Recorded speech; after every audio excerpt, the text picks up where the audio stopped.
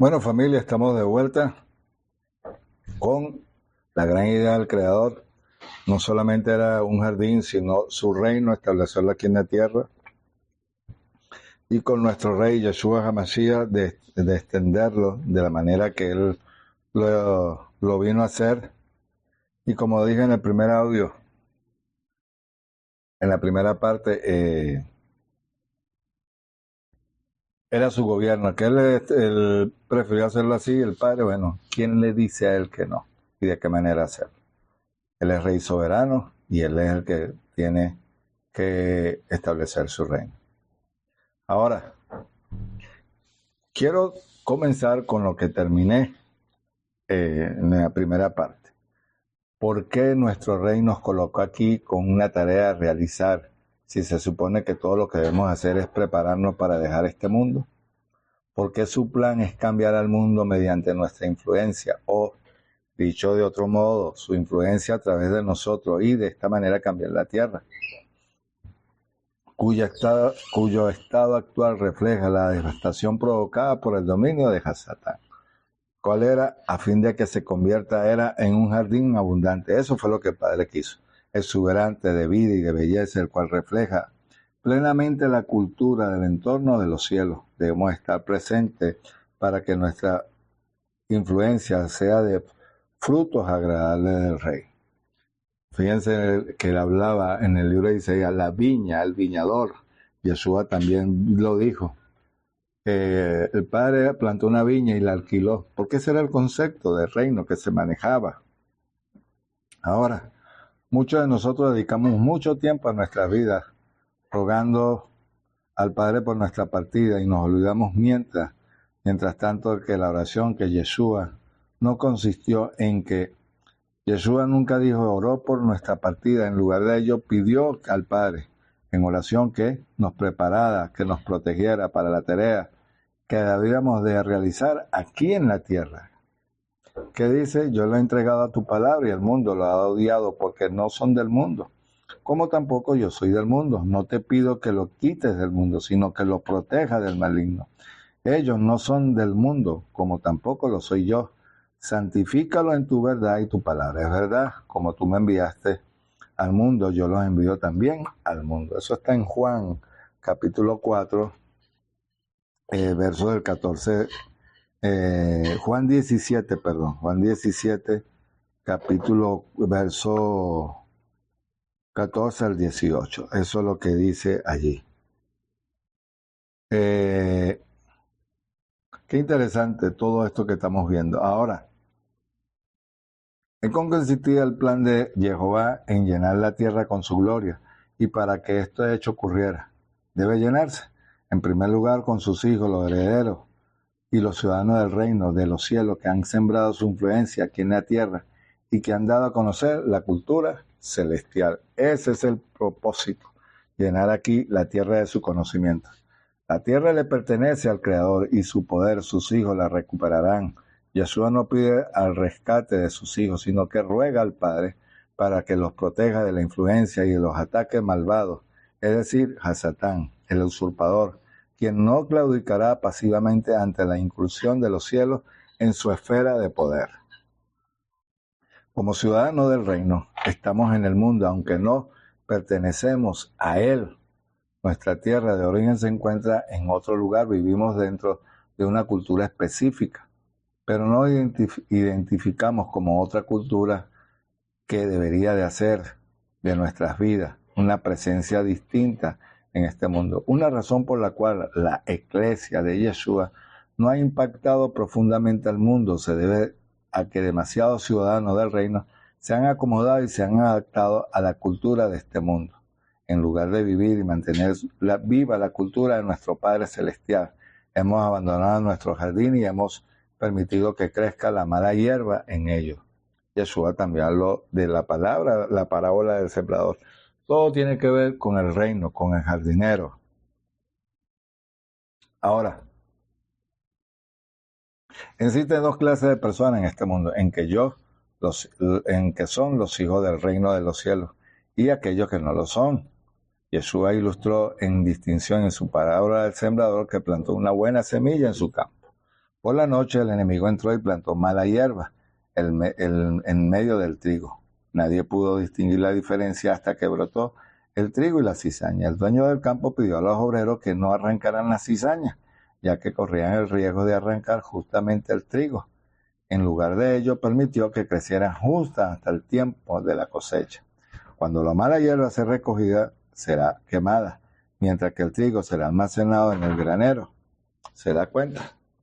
Cuando los discípulos de Yeshua le pidieron que le explicara el significado de la historia, lo hizo de la siguiente manera.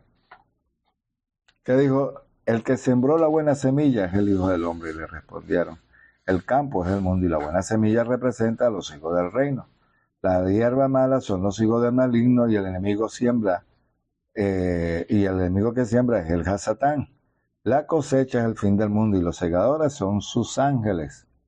Así como se recoge la hierba mala y se quema en el fuego, así ocurrirá también al final del mundo.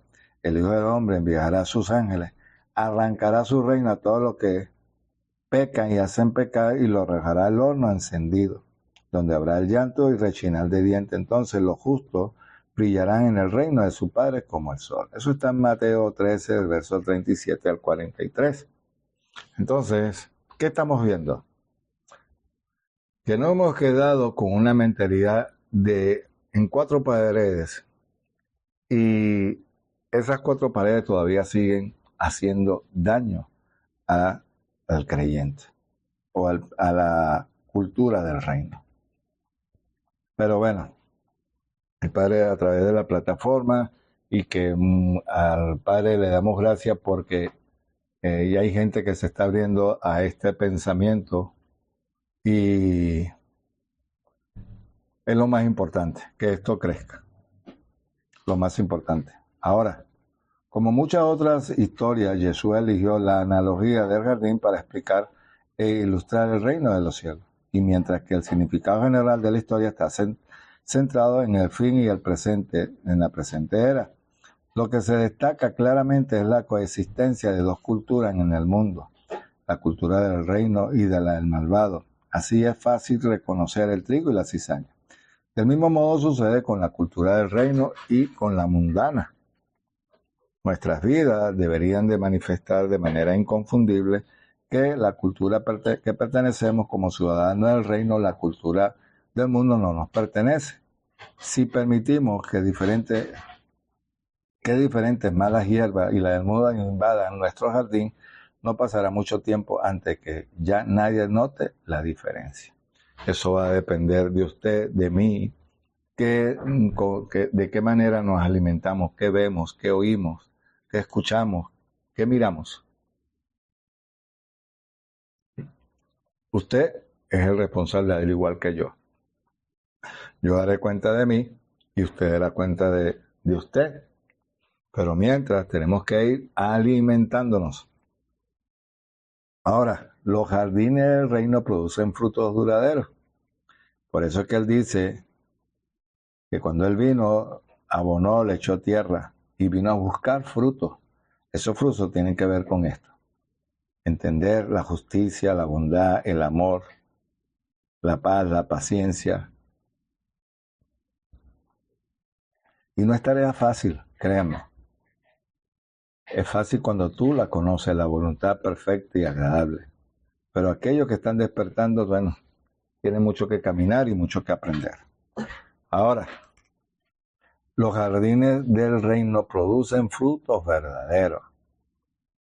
El objetivo de todo jardinero es cultivar plantas que produzcan abundantes frutos, la buena semilla, el terreno fértil, los nutrientes adecuados, la suficiente cantidad de agua y la abundancia del sol. Son los elementos necesarios para que un jardín fecundo, los jardines del reino, los cuales deberían ser un ejemplo de la cultura del cielo, se distinguen debido a la presencia misma del rey en las vidas de sus ciudadanos. Moisés, el gran líder hebreo, quien sacó a los israelitas antiguos de la esclavitud de Egipto, para luego convertirlo en el pueblo elegido de Jehová, entendió la importancia de la presencia misma del rey poderoso. ¿Quién? Jehová Sebaot, el rey, el Padre.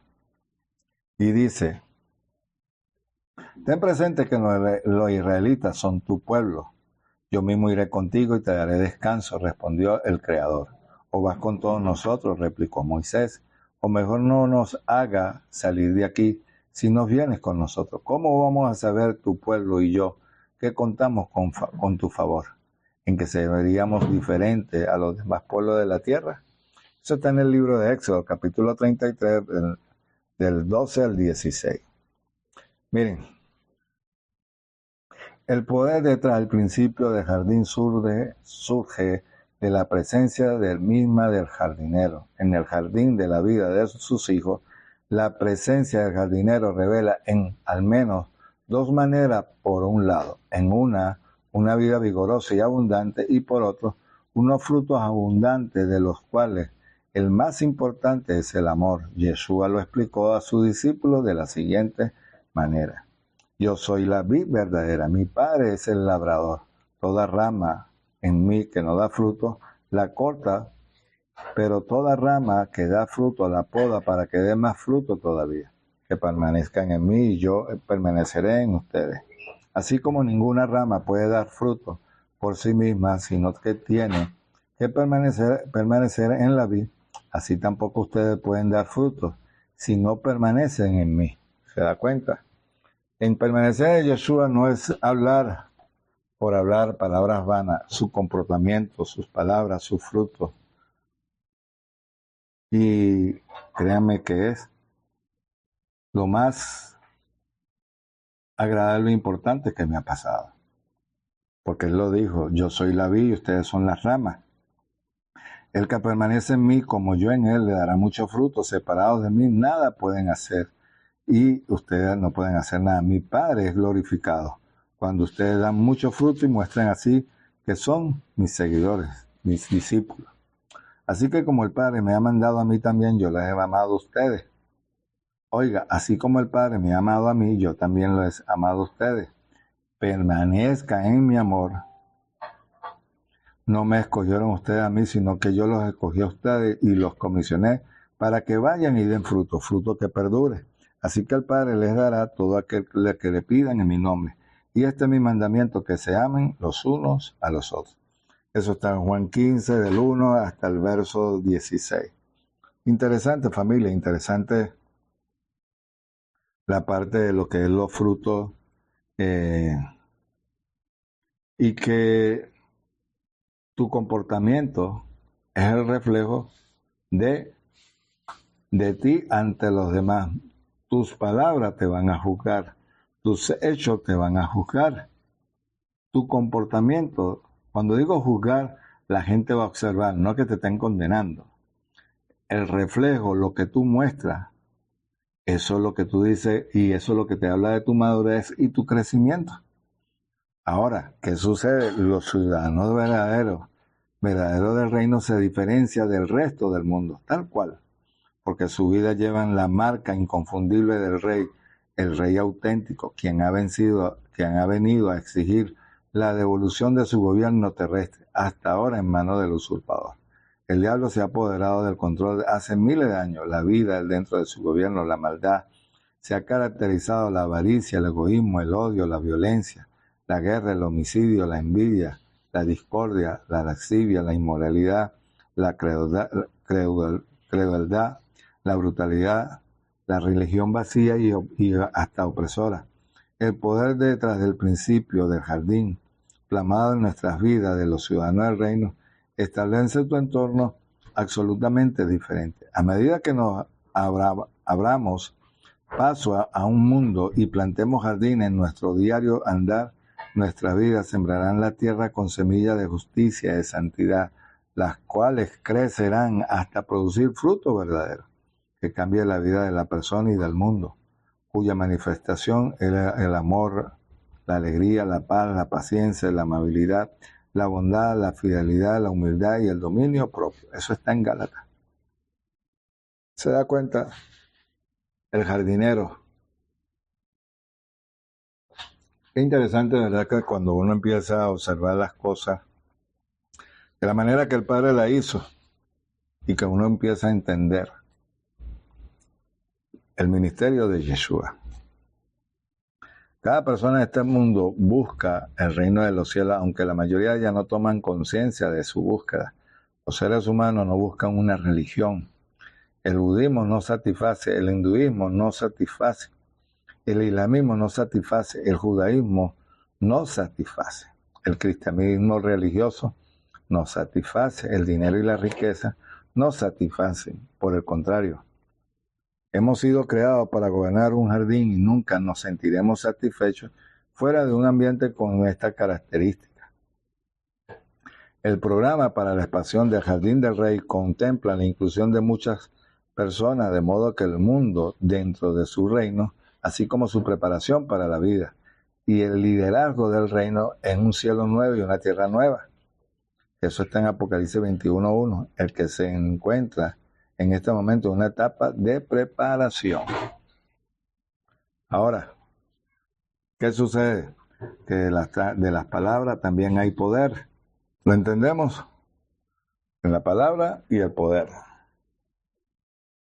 Como ya lo hemos mencionado antes, cuando Yeshua inició su ministerio público, predicó un mensaje simple y sin ambigüedad alguna: arrepiéntase porque el reino de los cielos está cerca. ¿Fue algo ambiguo? No. Algo que se estaba viviendo y que Él vino para ello.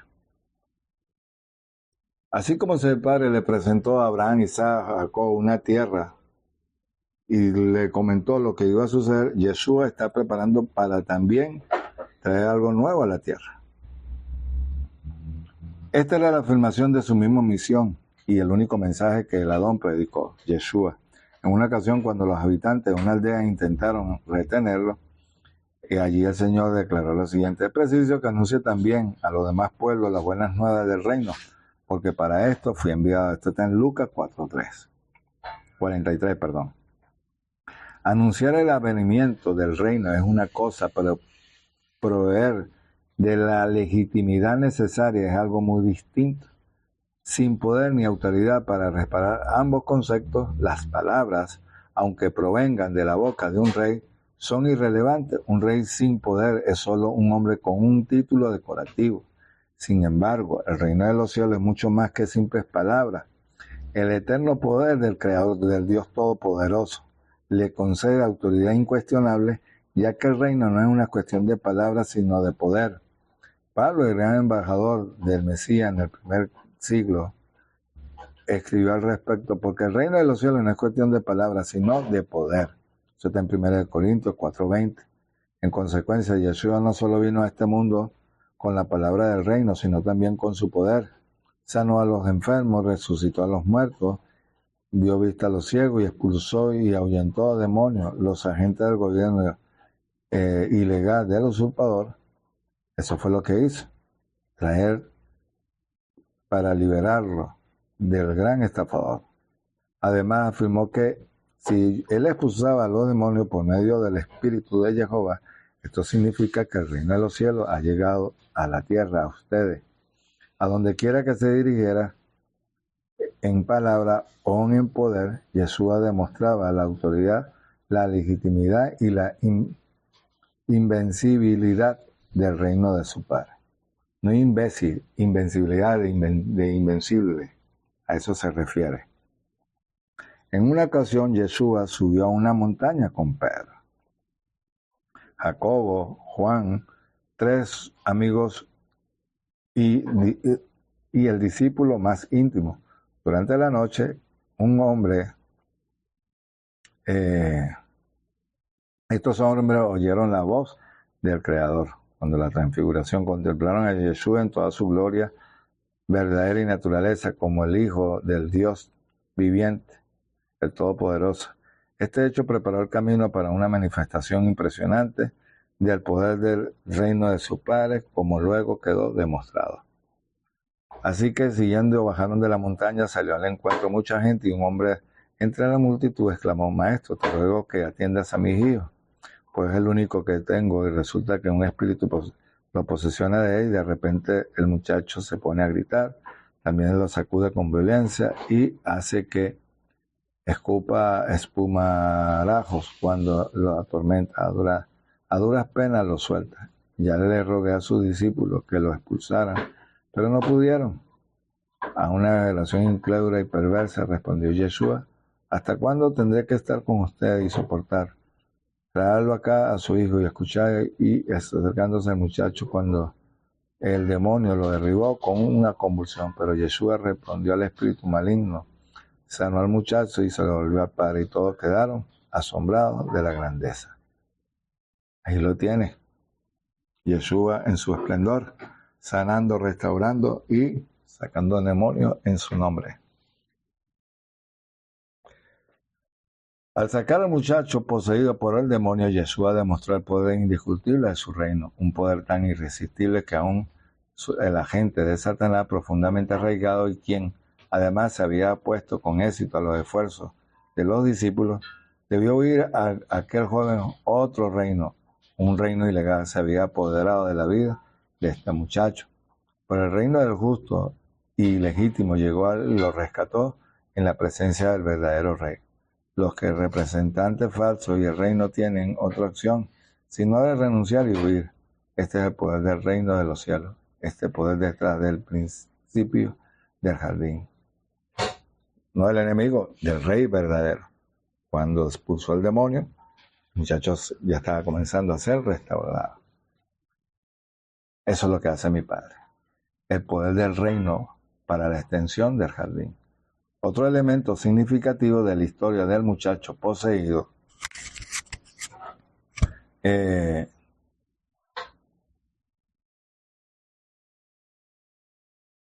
por un demonio, por supuesto, en la incapacidad de los discípulos de expulsar el espíritu maligno. ¿Por qué fracasaron? Los discípulos querían conocer cuál fue la causa de su falla. En el relato de Marcos, el episodio incluye este diálogo. Cuando Jesús entró a la casa y sus discípulos le preguntaron en privado por qué nosotros no pudimos expulsarlo. Esta clase de demonios solo puede ser expulsada a fuerza de oración y ayuno. Tenemos la oración, la tefilá y el ayuno, por supuesto. Pero también el día de Yom Kippur, no podemos obviarlo. Ahora, en el Evangelio de Mateo agrega este diálogo la falta de fe como parte de la razón por la cual los discípulos fallaron, ya que, aunque conocían al rey, carecían del poder del reino. Todavía eran incapaces de operar mediante la autoridad del reino, de la manera que lo hacía Yeshua. Y él lo supo, y sus ángeles solo respondían a la autoridad del rey legítimo. ¿Se da cuenta? El Evangelio de Marcos agrega el diálogo, la falta de fe como parte de la razón en la cual los discípulos fallaron, ya que aunque conocían al rey, carecían del poder, de la autoridad del rey legítimo. ¿Se da cuenta? A fin de que el plan del reino de Jehová triunfe mediante la difusión de jardines del reino, era necesario que sus ciudadanos poseyeran la autoridad para actuar en su nombre. Además, era crucial que ellos no recibieran tal autoridad hasta que estuvieran maduros para hacerlo. En el caso del muchacho poseído, es claro que no estaban aún preparados, aunque esta situación cambió rápidamente. No transcurrió un lapso muy prolongado cuando Yeshua decidió enviar a sus discípulos en su tarea independiente hacia el mundo. ¿Se da cuenta? Miren,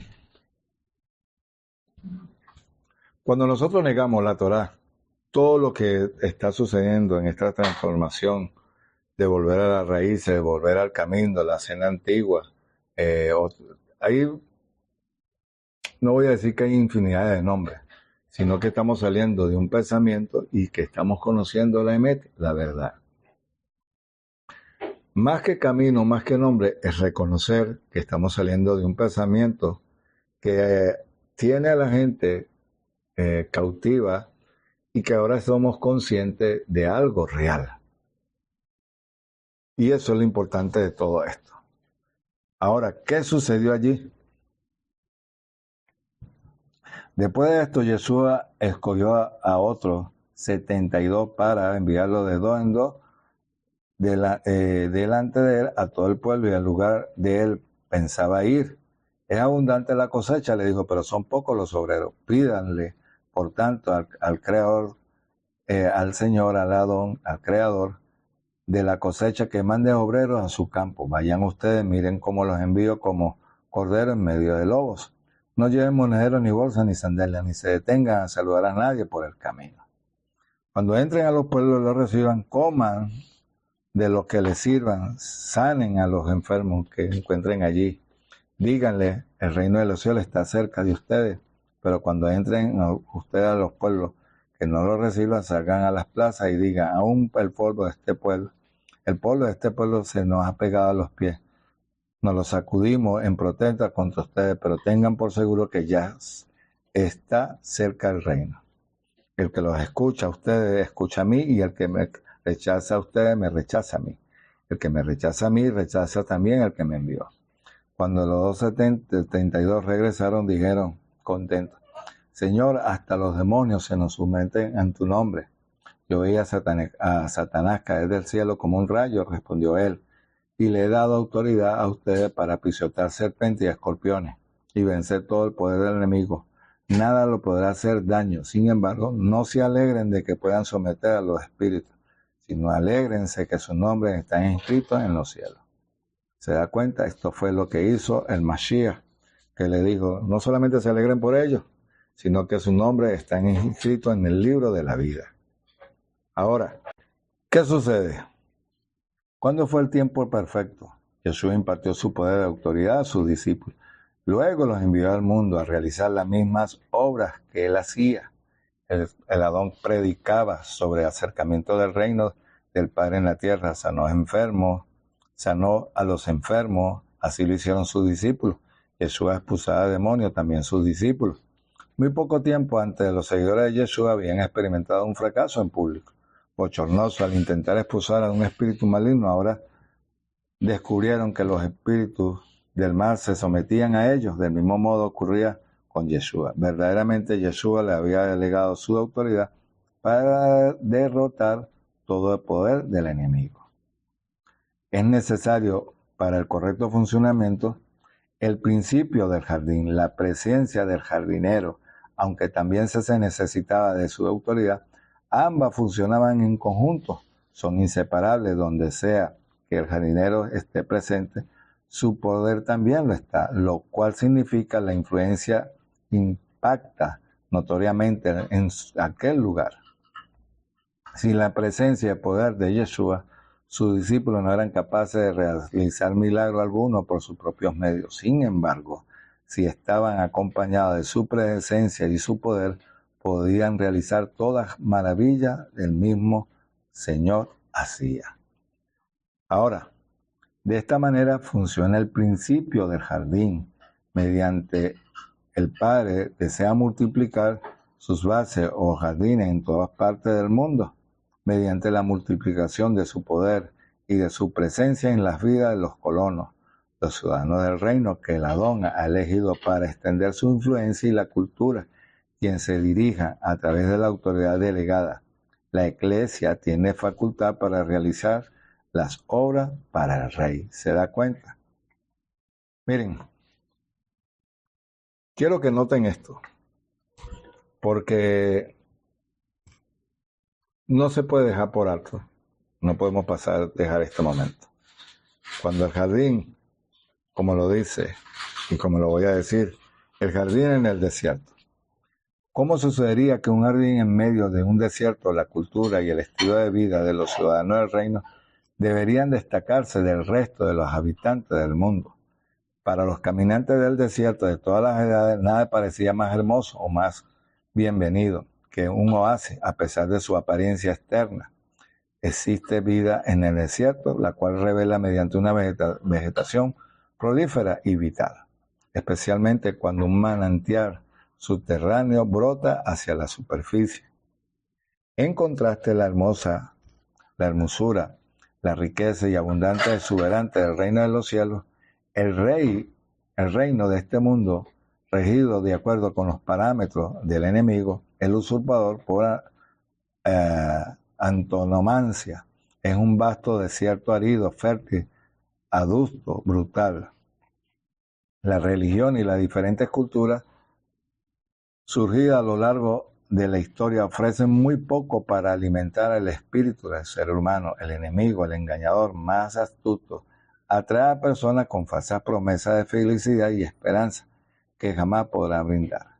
Los seres humanos, en su búsqueda por encontrar claridad y prosperidad y libertad, solo hallan confusión y pobreza y esclavitud, todo aquello que buscan, que no pueden encontrarlo en el reino que pertenece a este mundo, sino solamente en el reino legítimo, el jardín originario del Creador en la tierra, así como sucede en los cielos.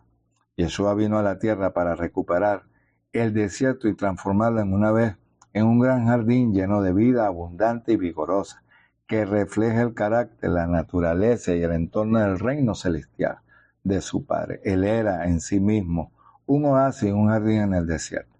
De modo que el Adón plantó sus semillas de vida, la justicia, la santidad, que surgieron en otro oasis. Estos son sus iglesias, la iglesia llamada a plantar otros jardines en lugares diferentes, de un mismo modo que el Señor, el Creador, lo había realizado en su primer jardín. Estos, a su vez, plantarán otros, de modo que este proceso continuará hasta que el desierto desaparezca y solo permanezcan los jardines. Este es el plan del Creador y es tan real como si ya estuviera materializado. El reino de los cielos ha llegado a la tierra.